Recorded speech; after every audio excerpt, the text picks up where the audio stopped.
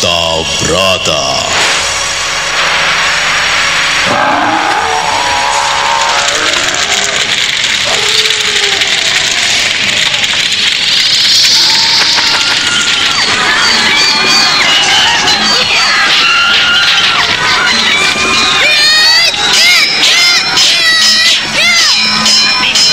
Cerita ini ditulis dan diolah oleh Bu Nergis Muriono. Pengarah cerita dan naskah Agung Bahrodi. Ilustrasi musik Hari Sabar. Teknik dan montase Jenny Mumu. Dengan sutradara Ferry Fadli.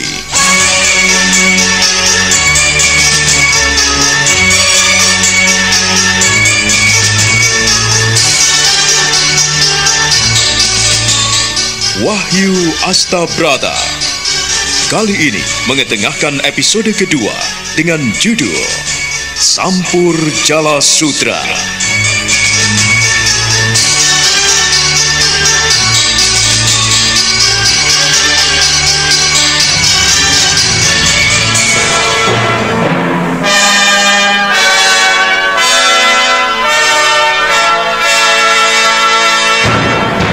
Pangeran Puger hadir sebagai adipati di Demak Bintoro. Hatinya sedikit lega karena Raden Mas Jolang memperhatikan dirinya. Namun dalam hati kecilnya, dia tidak enak karena dia menangkap sinar mata Eyang Mondoroko menghunjam padanya. Lalu dia pun menunduk. Semua yang hadir tidak berani memandang ke ruang Paseban Agung bagian depan, di mana Adipati Mondoroko memberikan wejangan-wejangannya, rencana-rencana besar untuk Demak Bintoro yang dibawa Pangeran Puger masih dipegang erat-erat. Selama Kakang Pemanahan memegang Mataram ini, ia cukup bijaksana dalam menghadapi bawahan-bawahannya. Demikian pula saat Mataram menjadi besar di bawah anakku Senopati. Perjalanan almarhum sungguh luar biasa. Akulah saksinya. Akulah manusia 3 zaman yang masih diperkenankan menyaksikan anak cucuku menduduki tahta ini. Untuk itulah, aku tidak ingin kalian macam-macam. Jika Raden Mas Jolang cucuku telah duduk di singgasana ini, janganlah menjadi ganjalan buat kalian yang merasa lebih tua. Puger, Pringgoloyo, Joyorogo, Juminah, Brangti dan Brangsih. Jangan kalian iri, jangan kalian merasa dikecilkan. Sebab bagaimanapun juga, kalian adalah orang-orang penting di Mataram ini. Kalian adalah orang-orang yang mendapatkan kepercayaan penuh mengatur dan gulawentah Mataram ini. Eyang tidak suka apabila di antara kalian ada yang berselisih paham. Jangan sampai ini terjadi. Yang lebih penting sekarang adalah bagaimana sekarang ini kita menciptakan suasana yang damai dan sentosa, adil dan makmur. Kita harus menegakkan keadilan dan kebenaran. Apa yang sudah menjadi keputusan almarhum Romomu, jangan dilecehkan, jangan diabaikan. Jolang sudah ditunjuk sebagai raja di Mataram ini adalah sesembahan seluruh kaula Mataram. Eyang tidak suka apabila melihat kalian berselisih paham. Nah, Eyang tidak ingin perpanjang lebar ngomong ke sana kemari pada kalian, karena kalian semua sudah dewasa. Untuk itu, kumohon Kanjeng Pangeran Mangkubumi sudi membacakan tatanan yang diperlukan bagi Kanjeng Pangeran Puger sebagai Bupati Demak. Ia membawa rancangan-rancangan besar untuk masa depan Demak agar tidak terjadi kesalahpahaman. Ku minta semuanya perlu tahu wewaler Mataram. Silakan Kanjeng Pangeran Mangkubumi. Pangeran Mangkubumi bangkit, lalu membuka lembaran-lembaran yang berisi undang-undang tatanan Istana Mataram. Beliau membuka, lalu membacanya perlahan-lahan. Ini adalah undang-undang dan aturan yang berlaku di Istana Mataram mengenai tata pemerintahan. Yang pertama, Sang Prabu Panembahan Nyokrowati mempercayakan sepenuhnya Kadipaten Demak Bintoro kepada Kanjeng Pangeran Puger. Kedua, Kanjeng Pangeran Puger diperkenankan untuk memimpin dan Engkulewentah di wilayah Demak Bintoro sebagai raja kecil bawahan Istana Mataram. Sebagai daerah kadipaten, maka dikenakan kewajiban-kewajiban antara lain sebagai berikut. Setiap musim panen, Demak Bintoro dikenakan pajak ulu wetu atau hasil bumi. Juga senantiasa diperlukan untuk membantu uang kerik aji atau uang biaya untuk membayar tenaga kerja bagi raja.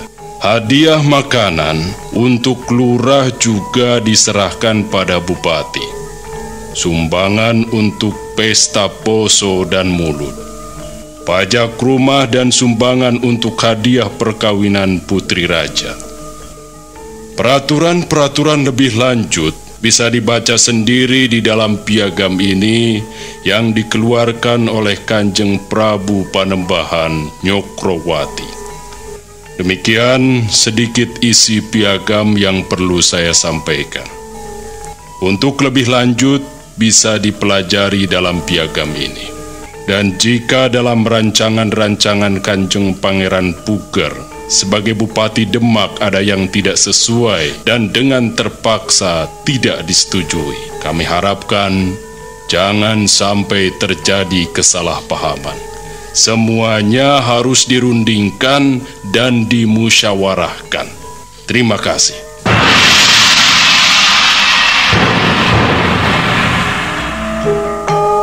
Pangeran Mangkubumi kembali duduk di kiri agak belakang Sultan. Kemudian Panembahan Nyokrowati mengambil alih pembicaraan itu. Dia tersenyum pada Pangeran Mangkubumi, lalu memandang Pangeran Puger penuh kewibawaan. Raden Mas Jolang bangkit, kemudian menyerahkan piagam itu kepada Pangeran Puger. Disaksikan oleh Adipati Mondoroko dan Pangeran Mangkubumi, serta seluruh hadirin yang hadir di Paseban Agung itu. Kang Mas Puger, kuserahkan piagam ini kepadamu sebagai simbol kepercayaanku kepadamu, juga kepercayaan rakyat Mataram. Mulai saat ini kau punya wewenang atas Demak Bintoro. Bekerjalah sesuai dengan tugas dan kewajibanmu. Semoga Yang Maha Kuasa menganugerahkan segala berkat dan rahmat-Nya kepadamu. Maaf apabila baru sekarang piagam ini baru kuserahkan kepadamu. Kau bisa mempelajari sebaik-baiknya. Mudah-mudahan apa yang kau usulkan kepada pemerintah Mataram bisa selaras dengan tatanan yang ada. Seperti inilah yang kuharapkan, Kang Mas Puger. Kau mau hadir dalam setiap Paseban Agung. Bahkan aku juga mengharapkan supaya kau sering kemari, sekalipun tanpa kuundang. Terima kasih, Adi Jolang. Aku akan berusaha untuk melaksanakan tugas dan kewajibanku sebaik-baiknya. Kalau ada persoalan ataupun permasalahan yang tidak bisa kau atasi, kau harus segera memberitahukan hal itu kepada kita yang ada di istana.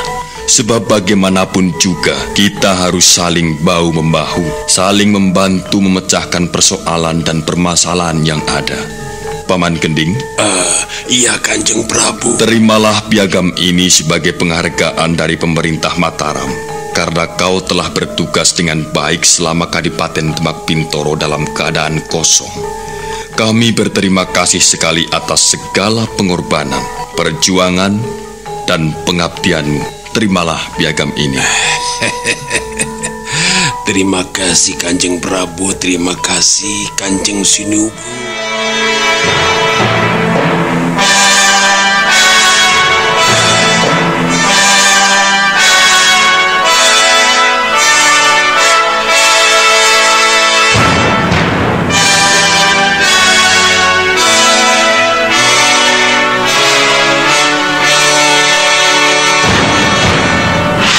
Maka demikianlah, pada hari itu Pangeran Puger menerima piagam wewaler pemerintahan Mataram.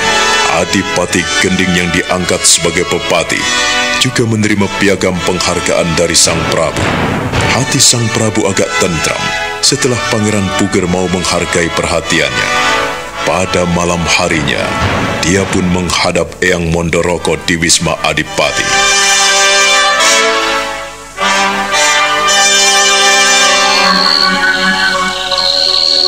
Setelah kita beri kepercayaan sebagai bupati, nampaknya ia agak lega. Tetapi kita jangan lengah. Apabila ia masih macam-macam, kita harus bertindak tegas kepadanya. Itu sudah pasti, Eyang. Kita tidak boleh membiarkan orang-orang yang semaunya saja. Aku sendiri menjadi heran bahwa apa yang telah kita rencanakan, apa yang telah kita pikirkan selama ini diabaikan begitu saja oleh Kang Mas Puger. Tetapi dengan kita tunjuk sebagai bupati, dia nampaknya bisa merubah sikapnya. Ia segera datang ke Mataram dengan segudang rencananya. Eyang hanya bisa berpesan kepadamu, Ger.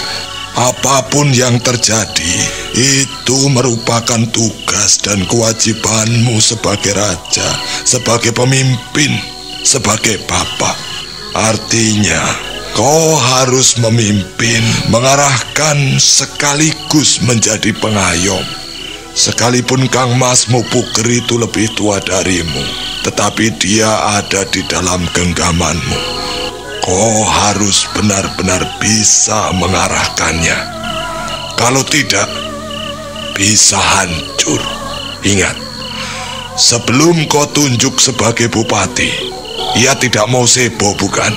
Tapi setelah kau pilih sebagai bupati Demak, dia begitu dekat dan ingin mempengaruhimu. Aku juga melihat hal-hal yang kurang berkenan di hatiku, Eyang. Kakang Joyorogo nampaknya juga kurang menyukai bahwa Kang Mas Puger ku angkat menjadi bupati di Demak. Jangan terlalu kau pikirkan, Ger. Eyang akan menghadapi. Pamanmu Mangkubumi pun akan dandani jika mereka macam-macam terhadap Mataram. Kang Mas Puger itu merasa malu karena harus sowan di depan tahta adiknya, di depan tahtamu, Ger. Nah, padahal Eyang melihat kebijaksanaanmu, di mana kau sediakan tempat duduk di samping kanan dan samping kirimu berderet untuk kakak-kakakmu dan untuk adik-adikmu. Aku hargai sekali kebijaksanaanmu itu.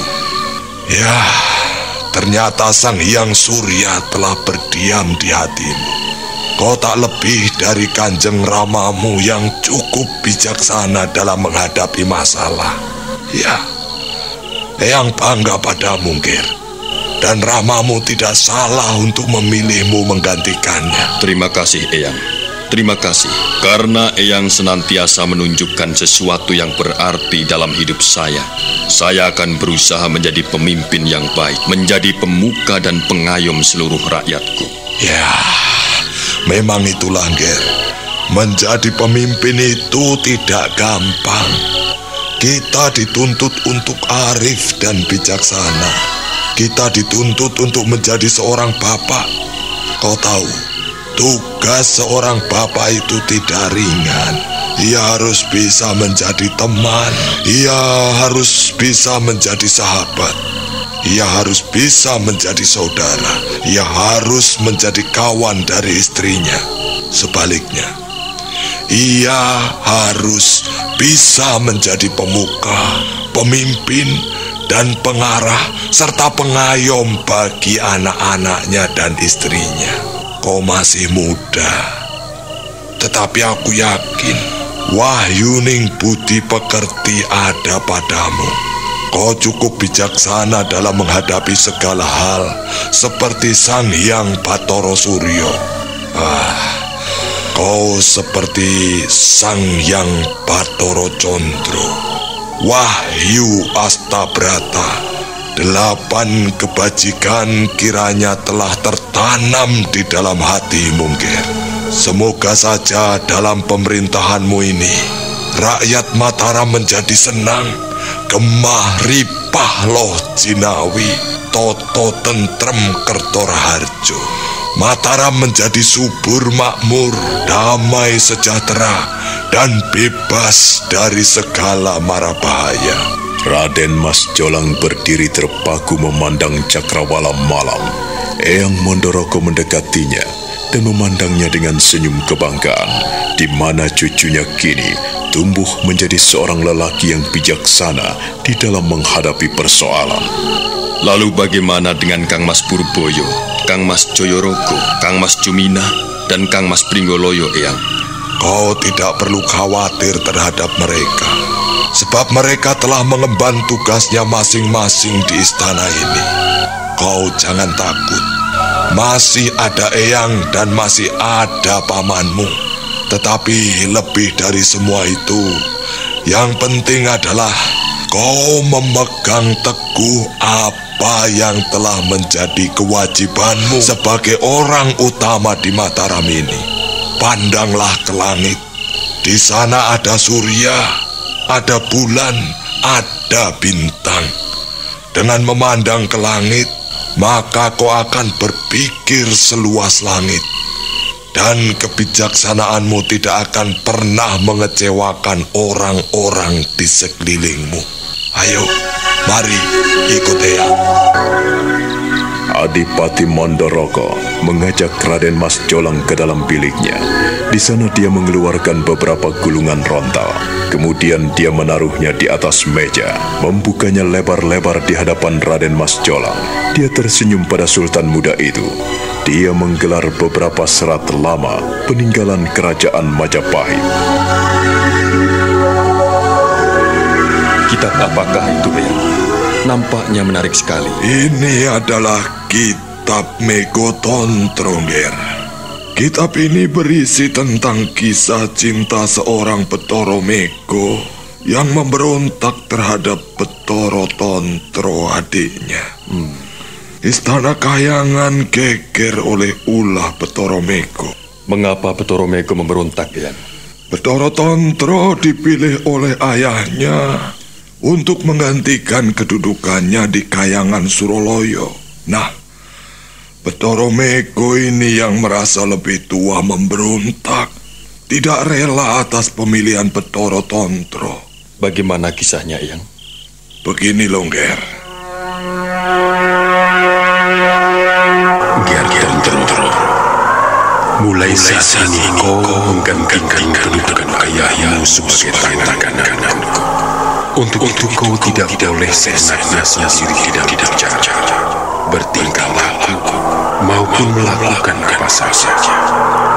Kau harus hati-hati, sebab kepala, mata, mulut, tangan, dan kakimu adalah seperti juga tanganku, seperti juga kaki, dan seperti juga mataku. Kepercayaan ini tidak mudah untuk didapat, sebab semuanya ini tergantung kepadamu, karena kau telah memiliki Candrana Budi. Untuk itulah Ramamu telah memilihmu agar menggantikannya di Kahyangan Suroloyo ini. Terima kasih Sang Hyang Guru. Semoga apa yang kulakukan ini nanti bisa membuat tentram dan damai Kahyangan Suroloyo. Kanjeng Romo telah tiada, telah pergi ke alam Kasampurna. Saya akan mencoba untuk melakukan kewajiban dan tugas-tugasnya yang belum selesai di Kahyangan Suroloyo ini. Terima kasih atas tanggung jawabmu yang besar itu, Tontro. Mudah-mudahan saja apa yang kau katakan itu benar-benar bisa kau lakukan sebaik-baiknya.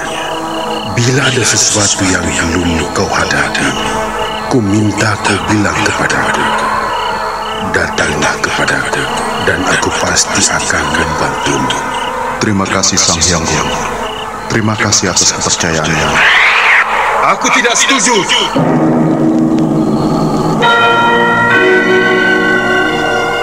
Mego, mengapa kau datang kemari tanpa ku minta dan tanpa ku undang? Sang Hyang Guru, aku mohon keadilan. Aku adalah lebih tua daripada Tontro. Mengapa Tontro yang kau pilih, bukannya aku? Ini namanya tidak adil. Aku mohon keadilan. Aku mohon akan kahyangan Suroloyo ini. Akulah yang berhak memegang.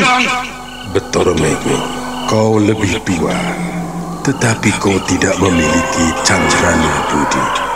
Apabila kau memiliki candrana budi, sudah tentu Adi Suroloyo memilikimu. Dan ternyata sebelum ayahmu pergi, ia berpesan kepadaku supaya memilih Tontro sebagai penggantinya. Sang Yang Guru, kumohon apabila aku telah kembali ke alam kesampurnaan, biarlah anakku Tontro yang menggantikan kedudukanku. Aku harus menjalankan tugas yang lebih berat lagi. Biarkanlah semua tugas dan kewajibanku di Suroloyo ini menjadi kewajiban Tontro anakku. Sekalipun ia masih muda, tetapi dialah yang memiliki suatu kecemerlangan di dalam melakukan segala hal, dalam melakukan segala macam persoalan, dalam menghadapi berbagai persoalan hidup. Dia dengan jernih mampu menyelesaikannya. Kau tidak menyesal, Suroloyo? Mengapa kau tidak memilih Mego? Ya, sebab memang Tontro yang patut memerintah di Suroloyo ini. Aku tidak mau pusing lagi, Sang Yang Guru. Semua kebijaksanaan kuserahkan ke dalam tanganmu.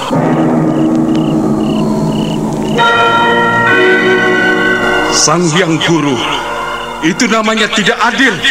Aku tetap memohon keadilan kepadamu. Bukankah kau yang memiliki wewenang dan kekuasaan di sini? Untuk itulah, aku mohon keadilan. Kakang Mego, seandainya kau menginginkan kedudukan di Suroloyo ini, baiklah, kuserahkan semuanya ini kepadamu. Kalau kau menghendaki kedudukan Kanjeng Romo di sini, aku rela melepaskannya. Tontro, kau tidak bisa berkata seperti itu.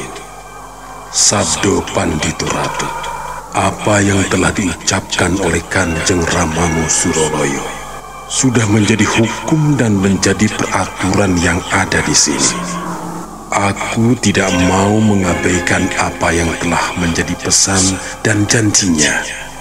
Kau telah tahu, Tontro, kau telah dipilih sebelum ia pergi meninggalkan Suroloyo ini untuk menuju alam kasampurnaan. Kau harus mengerti, Tontro. Kau tidak boleh seperti itu. Ampunkan saya, Sang Yang Guru. Saya tidak mengerti sebelumnya. Karena ada yang menginginkan apa yang kumiliki, tak ada salahnya apabila aku menyerahkan kepadanya. Tidak bisa begitu, Tontro. Apa yang telah menjadi milikmu, milikilah dan lakukan sesuai dengan apa yang telah ada. Mego? Ya, Sang Yang Guru. Bagaimana dengan permintaanku ini? Apakah Guru tidak mengabulkannya? Kau tidak boleh seperti itu, Mego. Kau ini seorang Betoro, jadi kau harus mengetahui tata krama. Mengapa kau tidak mau mematuhi peraturan yang ada di sini? Oh, jadi aku sudah tidak mematuhi peraturan yang ada di sini, Guru? Iya, karena kau telah melanggar aturan yang ada di sini. Maka saat ini juga kau kuusir dari Suroloyo.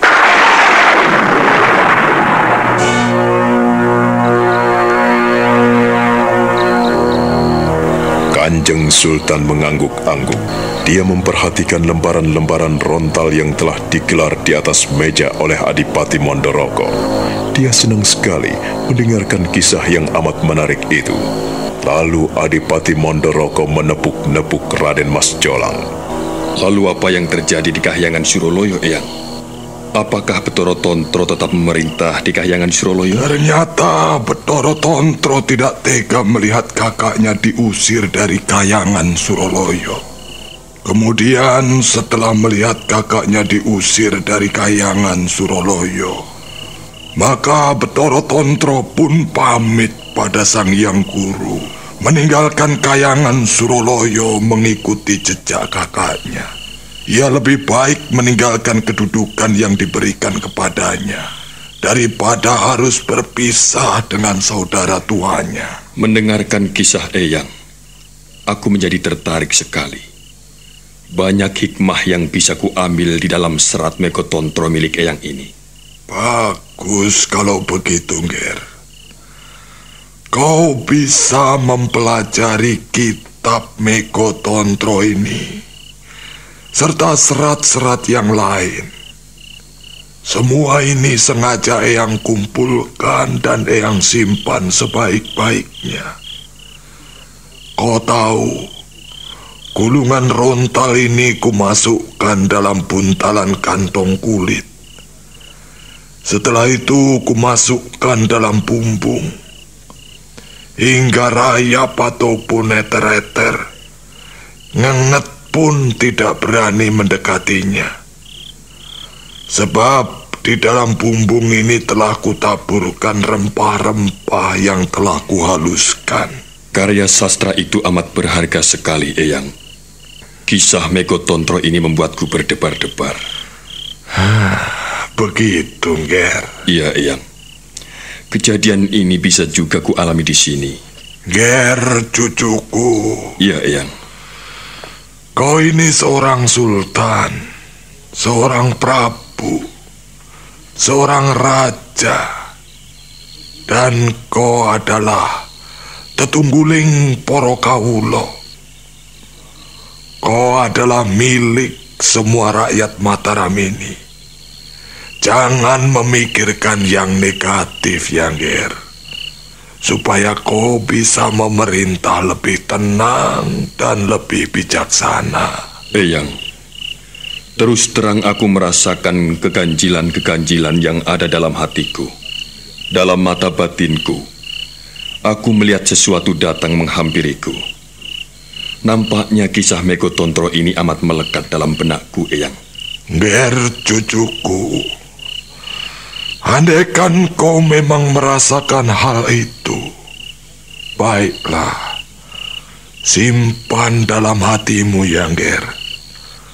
Jangan kau ungkapkan pada siapapun juga. Sebab sepengetahuan yang kau mengerti di dalam alam sukma dan batinmu akan membuatmu berpikir panjang. Apabila kisah Mekotontro ini benar-benar terjadi di Mataram, coba hadapilah dengan bijaksana. Aku menjadi sedih memikirkan saudara-saudara tuaku, Eyang. Mereka nampaknya juga tidak puas dengan kedudukanku sebagai raja di Mataram ini. Aku melihat ketimpangan-ketimpangan di dalam langkah dan tutur kata mereka. Kang Mas Puger misalnya. Ketika kutunjuk sebagai bupati di Demak, kulihat matanya berbinar-binar dan ia senang sekali. Esok paginya, ia langsung pergi ke sana. Eyang tidak merasakan keganjilan itu. Lalu dalam waktu singkat, ia mau menghadapku di Mataram. Dan ketika kita serahkan piagam kepadanya, ia nampak girang sekali. Eyang ini terlalu tua untuk melihat hal-hal seperti itu. Keserakahan, ketidakpuasan, kelaliman.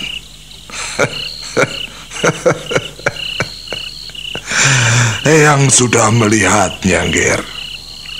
Sejak zaman Mojopahit sampai zaman Demak Bintoro, juga pada masa pemerintahan pamanmu di Pajang, Eyang sudah tahu sejauh mana kelaliman, ketidakpuasan, dan kemurkaan senantiasa menyelimuti hati dan hidup manusia.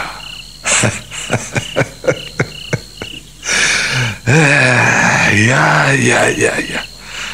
Pantas apabila Kanjeng Ramamu menerima dan mengerti wasis waskito di dalam tindak tanduk dan prabawamu. kau mengetahui sebelum hal-hal itu terjadi. Weruh sajroning winarah. Ya, Yongger, kau memang pantas menjadi junjungan Kawula Mataram ini. Baiklah, simpan baik-baik, dan kau pelajari serat Megotontro ini sebaik-baiknya. Iya, Eyang. Menurut serat Megotontro ini, katanya Betara Mego dan Betara Tontro itu mancing dan turun pada seseorang yang bernama Kembang Joyokusumo dan Joyokusumo. Kembang Joyokusumo dan Joyokusumo? Iya, betul. Betara Mego dan Betara Tontro bisa berhubungan dengan kita apabila ada orang yang bernama Kembang Joyokusumo dan Joyokusumo. Kelak, apabila ada dua orang yang bernama demikian dan masih saudara kandung, itulah titisan Betara Mego dan Betara Tontro. Raden Mas Jolang mengangguk-angguk sambil memperhatikan serat Megotontro yang tergelar di atas meja. Dia mengusap tulisan-tulisan dalam rontal itu dan tersenyum pada Eyang Mondoroko. Dan inilah kisah lama tentang dua dewa yang turun ke dunia ini.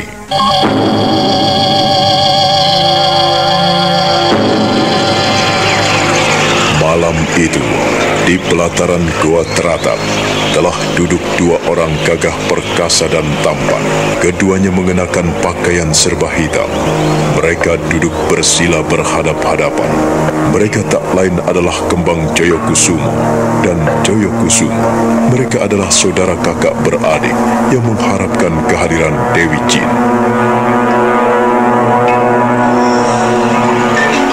Aku rasanya tidak bisa mengikuti kemauanmu, Adi Joyokusumo. Kakang Kembang, ku minta kau tidak berputus asa. Kita harus berusaha untuk memanggil Dewi Jin. Kita harus bertemu, Kakang. Hanya Dewi Jinlah yang memiliki pusaka Nyai Sampur Jala Sutra. Kalau kita tidak memilikinya, kita tidak akan bisa mempersuntingnya. Kakang Kembang Joyokusumo, ku minta kau bersabar. Tinggal beberapa hari lagi, Kakang. Tidak, Adi. Aku tidak bisa mengikuti kemauanmu. Aku ingin menjalani Topo Wadat.